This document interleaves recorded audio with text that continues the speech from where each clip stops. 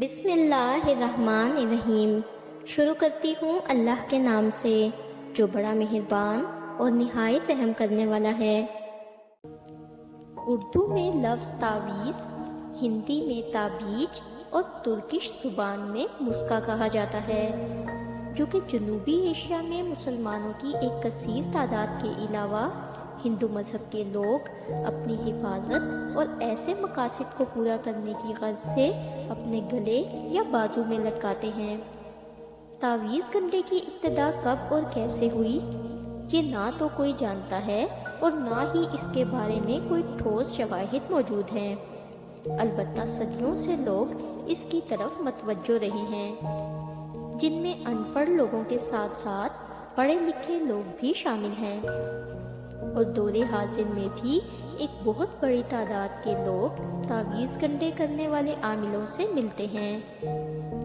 جیسے جیسے وقت گزرا، اس کام کے کرنے اور کروانے والوں میں کوئی تبدیلی نہیں آئی، بلکہ یوں بھی کہا جا سکتا ہے کہ اب تو باقاعدہ سوشل میڈیا کے ذریعے سے عامل حضرات اپنی مشہوری کرواتے ہیں، لیکن زیادہ تر ڈھونگی بابے اور عامل اس کام میں ملوث پائے جاتے ہیں، جو بڑے بڑے دعوے کرتے ہیں، جیسے کہ من پسند شادی، سنگ دل محبوب قدموں میں، انعامی چانس، بیرون ملک سفر، دشمن کو زیر کروانا بہت مشہور دعوے ہیں۔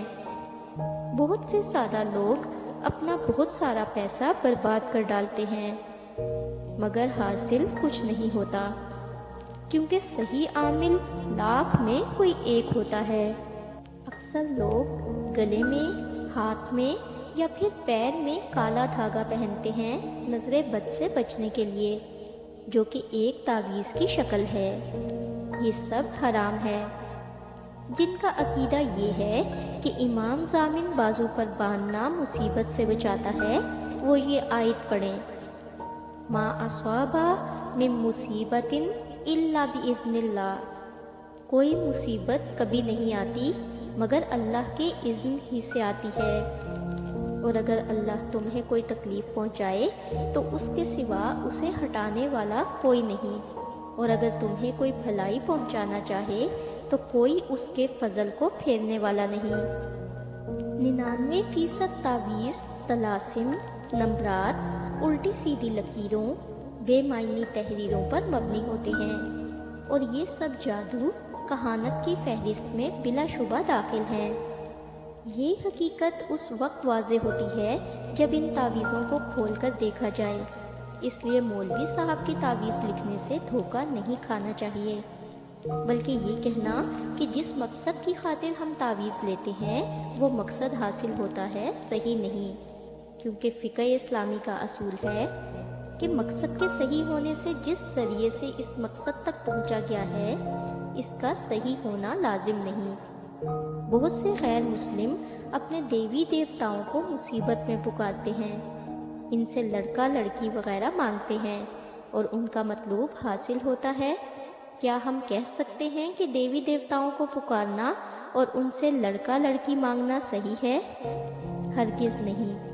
اسی طرح غیر مسلم اپنے کاہنوں سے تعویذ گنڈے لیتے ہیں، اور ظاہر ہے کہ یہ تعویذ گنڈے شرکیہ کلمات پر مشتمل ہوتے ہیں، اور ان تعویذوں سے ان کا مقصد حاصل ہوتا ہے، تو کیا اس بنیاد پر کہ اس سے مقصد حاصل ہوتا ہے اس لیے اس طرح کے تعویذوں کو صحیح اور جائز قرار دیا جا سکتا ہے؟ ہرگز نہیں۔ دور حاضر میں علمی اور طبی ترقی کے باوجود علاج اور دوا استعمال کرنے سے بہت سے لوگ اعتراض کرتے ہیں اور تعویذ گنڈے کا سہارا لیتے ہیں، خواہ مرض بدنی ہو یا نفسیاتی، حالانکہ اسلام نے علاج اور دواؤں کے استعمال کی طرف دعوت دی ہے۔ رسول اللہ صلی اللہ علیہ وآلہ وسلم ارشاد فرماتے ہیں: اے اللہ کے بندو، دوا کرو۔ اللہ تعالیٰ نے جتنی بیماریاں پیدا کی ہیں ان کے لیے دوا بھی پیدا فرمائی ہے، صرف بڑھاپے کا کوئی علاج نہیں۔ کیا آپ کے خیال میں شفا حاصل کرنے کے لیے دھاگا، تعویذ، کڑا یا چھلا پہن سکتے ہیں؟ ہم یہ چیزیں نہیں پہن سکتے، کیونکہ اللہ تعالیٰ نے قرآن پاک میں ارشاد فرمایا ہے وَإِن يَمْسَسْكَ اللَّهُ بِضُرٍّ فَلَا كَاشِفَ لَهُ إِلَّا هُوَ۔ ترجمہ، اور اگر اللہ تعالیٰ تمہیں کوئی تکلیف پہنچائے تو اس کے علاوہ کوئی اسے دور کرنے والا نہیں۔ تعویذ لٹکانا زمانے جہالت کی یادگار ہے، حضرت صلی اللہ علیہ وآلہ وسلم کی سنت نہیں، بلکہ حضرت عبداللہ بن مسعود رضی اللہ تعالیٰ عنہ کی بیوی حضرت زینب رضی اللہ تعالیٰ عنہ سے روایت ہے کہ حضرت عبداللہ نے میرے گلے میں ایک دھاگا دیکھا، کہنے لگے یہ کیا ہے؟ میں نے کہا اس میں میرے لیے دم کیا گیا ہے، تو آپ نے اسے پکڑ کر کاٹ ڈالا اور کہا اے خاندان عبداللہ تم شرک سے بے نیاز ہو۔ میں نے حضور صلی اللہ علیہ وآلہ وسلم سے سنا ہے، وہ فرماتے تھے کہ دم، تعویذ اور محبت کے ٹوٹکے شرک ہیں۔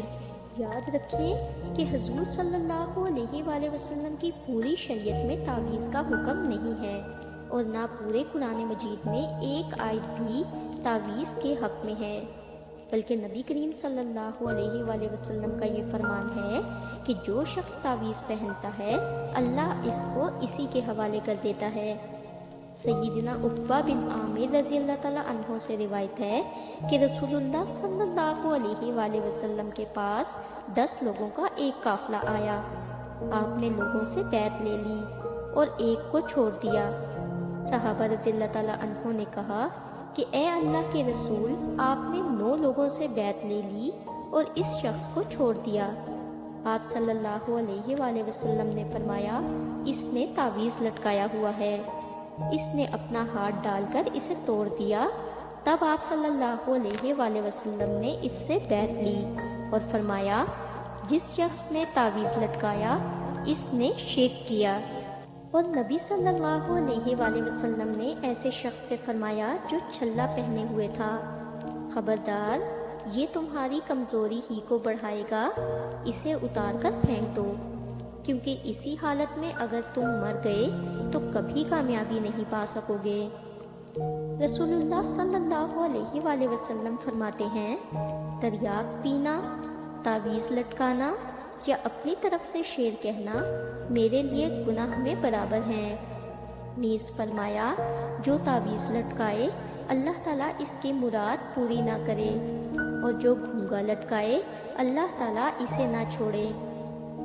بعض لوگ ان احادیث کے بارے میں کہتے ہیں کہ وہ تعویذ منع ہیں جن میں شرکیہ الفاظ پائے جائیں، مگر یہ تعویل نامناسب ہے۔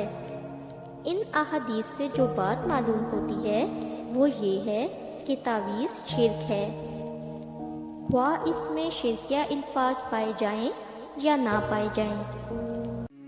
اگر آپ کو ہماری ویڈیوز اچھی لگتی ہیں اور آپ نے ابھی تک ہمارا چینل سبسکرائب نہیں کیا تو برائے مہربانی چینل کو سبسکرائب کر دیں اور ویڈیو کو لائک کر دیں۔ شکریہ۔